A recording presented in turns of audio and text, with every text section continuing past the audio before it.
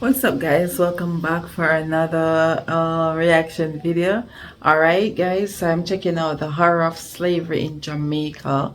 Al-Murray, why does everyone hate the British Empire?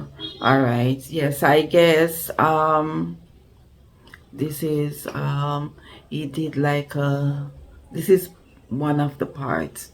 I guess he did a little minute documentary about it, and he was there physically. He was here physically in Jamaica. All right, guys. Yes, as you will see him with Johnny, one of our famous comedian here. Okay, guys. Yes, and I can't wait to check this out. So I was so glad when I woke up on this video. I was like, wow, I was here, and he actually, was with Johnny doing this like a mini series documentary.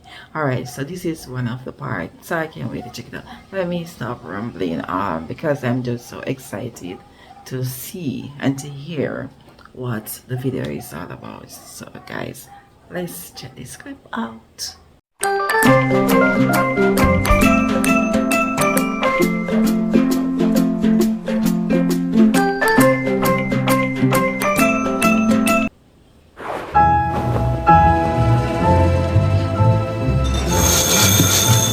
I'm on a journey around Jamaica with comedian and actor Chris Daly, examining myths and exposing the hard truths of what the British Empire really meant to this island. The next leg of our trip is going to be an uncomfortable ride. I mean, this is the way to arrive, isn't it? This is lovely. Yeah. This is nice. Yeah. However, I mean, we're at some point coming here to talk about the British Empire. I'm going to have to talk about slavery, aren't I? You really can't leave it out of the story. I mean, even just the business of being on the water, Right. coming into Montego Bay, you think about that's how people arrived here, but below decks, Yeah. crammed in boats. I mean, there's a story I learned that sharks, even to this day, still follow the Shipping routes. shipping routes. Oh, Because naturally, everybody didn't make it. yeah. It's not the nicest thing to talk about. No. Can you see why British people don't want to talk about it, though? I can. 'Cause you wouldn't- you wouldn't, would you? Listen, we know why you don't want to talk about Yeah. it. And it's important because this is something that we don't even talk about enough in Jamaica.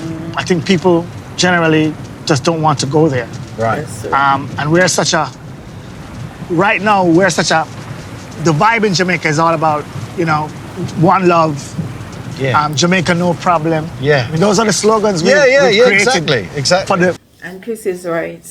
He's so right. Yeah, it does talk a lot about here, for real, about everything that happened.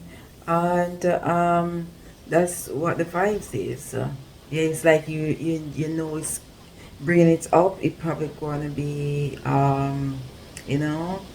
people going to agree to disagree, or it's going to cause some argument, or I think people avoid the arguments, stray away from it, like, they doesn't want to have that feeling, or to them it's negative, it's a negative subject, so they doesn't want to talk about it much, like because of probably animosity, or yeah.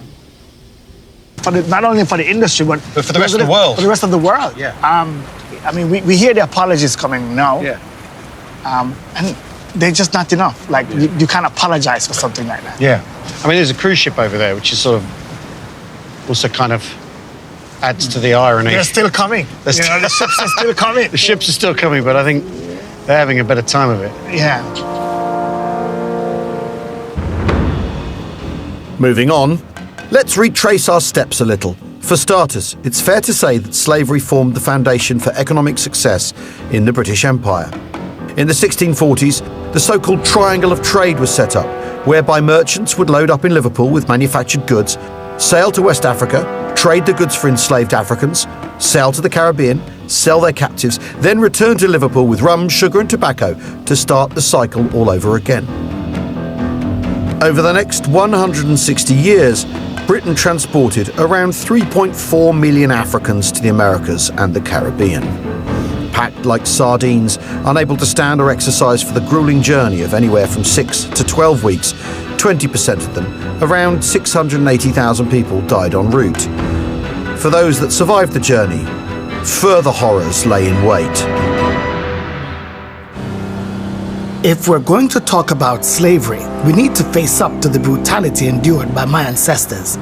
I brought Al to the National Museum West to find out more from curator Sharifa Balfour. So these shackles we have are very weighty. They were made out of wrought iron. And so these would actually be used on the enslaved person's feet, their ankle. They would have both legs shackled together, or maybe they would be shackled to somebody else, another enslaved person. So you'd have a chain of people. A chain of people. Held together like that? Yes. And these are the really horrible ones. These are so small because they would have been used on children.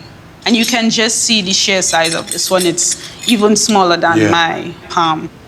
When she said these are the really terrible ones because they were used on children, I'm like, my blood literally run cold. Okay, guys. To know that it wasn't just like adults, but children were being enslaved and trained as well, you know. Wow. Wow. And you would have enslaved persons who were blacksmiths making these shackles.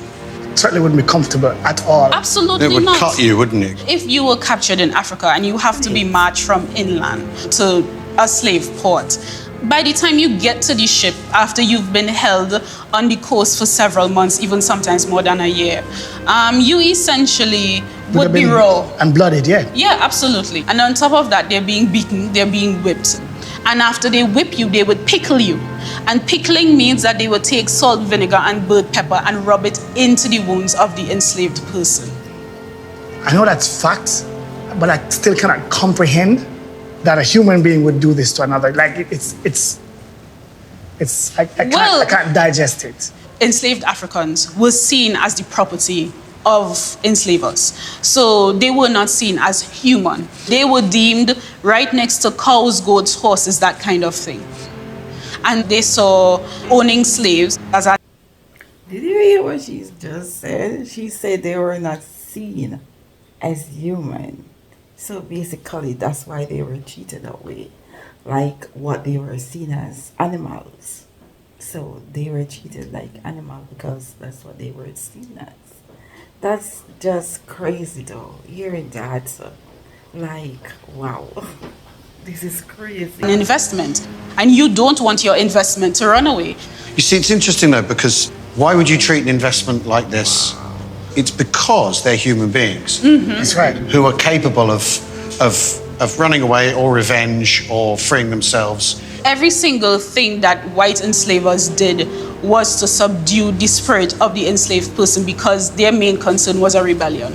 Punishments including maiming, burning, beating, raping, sodomy, you name it, it was done. So for example, Thomas Thistlewood, he was one of the most famous Jamaican slave masters. His way of punishing, how is the best way to put it? He made the other slave go in the other slave's mouth. So there was feces in the other slave's mouth. Gosh, I mean, it's only Oh my God. only brutal, isn't it? There's no other way of talking about it. Absolutely. Yeah. Absolutely.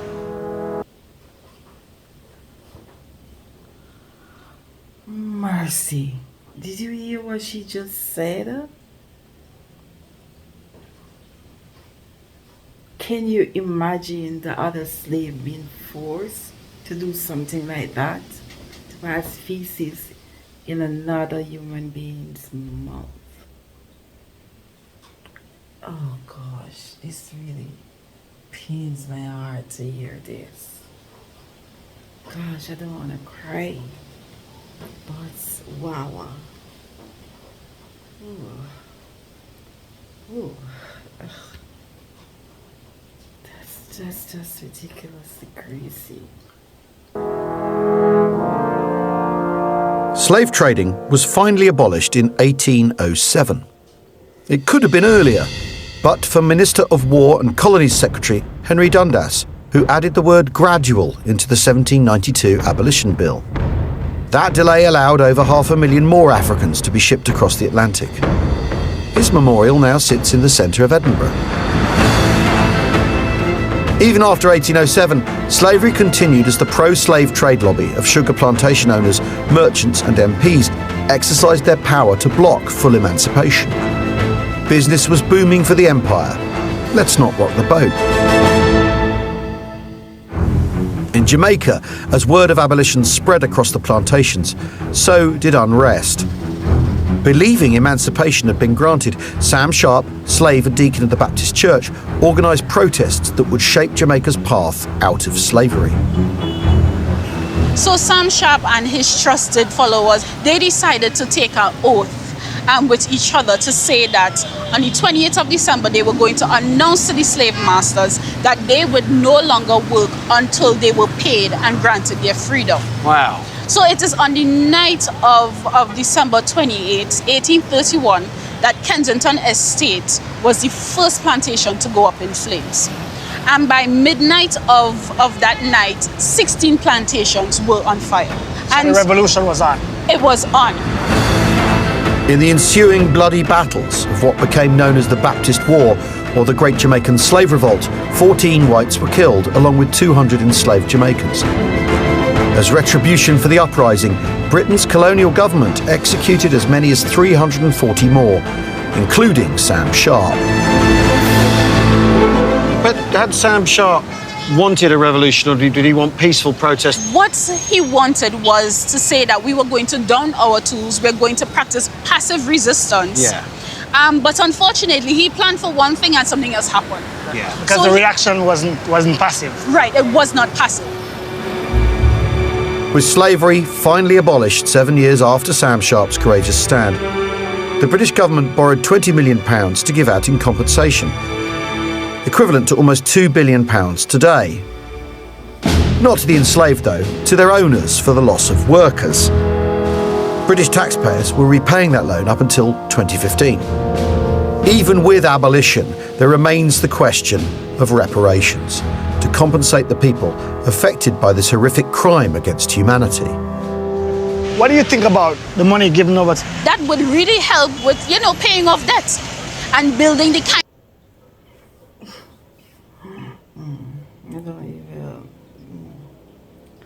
He was going to ask what she think about the money being given for the compensation of what happened. I guess I stopped at the wrong time, guys.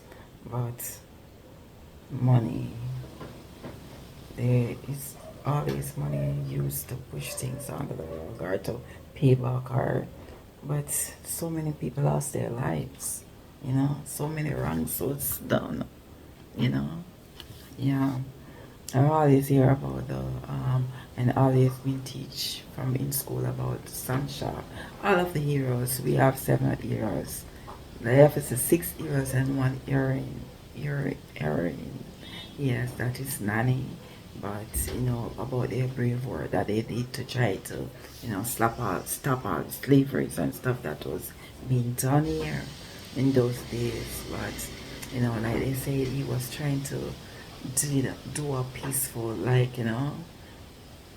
protest, but it went left. It went in a different direction that he wanted it to go. But gosh, man, those brutality and stuff, just pain my heart. Kind of infrastructure that the island needs: healthcare, schools, roadworks. What can I say? You left an entire island, entire country, an entire population of people in a state of destitution. At the time of filming, Jamaica has yet to receive any reparations for slavery. But some descendants of slave owners are trying to atone for the atrocities committed by their forebears. The aristocratic Trevelyan family, who owned 6 sugar plantations in Grenada, have agreed to pay reparations and have publicly apologised for their family's actions. It's been a very emotional day today. What I like about what we're doing here is we're telling the story from our perspective.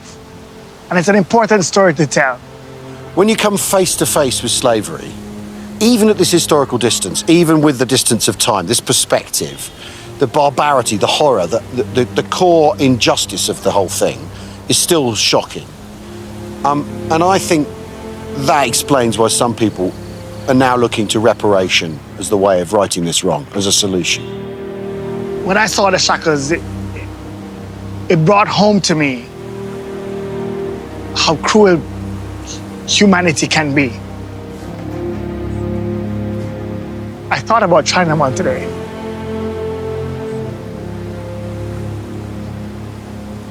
Because I wanted to go through that process.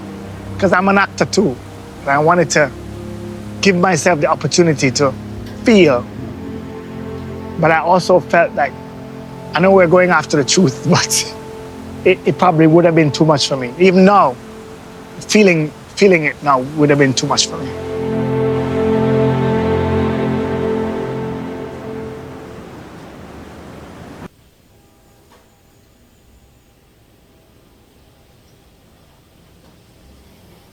This is overwhelmed. Like I'm sitting here, I'm just literally choking back tears. Like, you know, I think this was a really good and wonderful thing that had to showcase what was happening back then, and you know everything that happened. And he picked a really good person from here to do this mini documentary with that is Christopher Daly, that we call Johnny. We call him Johnny here, guys. Like, it's really like I have chills all over my body just listening and watching this. Like, guys, like I'm so moved. Like, we know this did happen, and we know of it, but you know, I didn't really know the full extent of the brutality that took place back then. You know, yes, and all the feces being forced, the slave being forced to feast in another slave's mouth, being burned and brutally beaten. Not only were they adults, woman and man, but children also. And it really pains my heart. It really does. Guys, like, I can't even talk about this anymore. Um, don't forget to live, love, laugh, and to learn, guys. I'll get you in another video. Thanks for watching. Bye.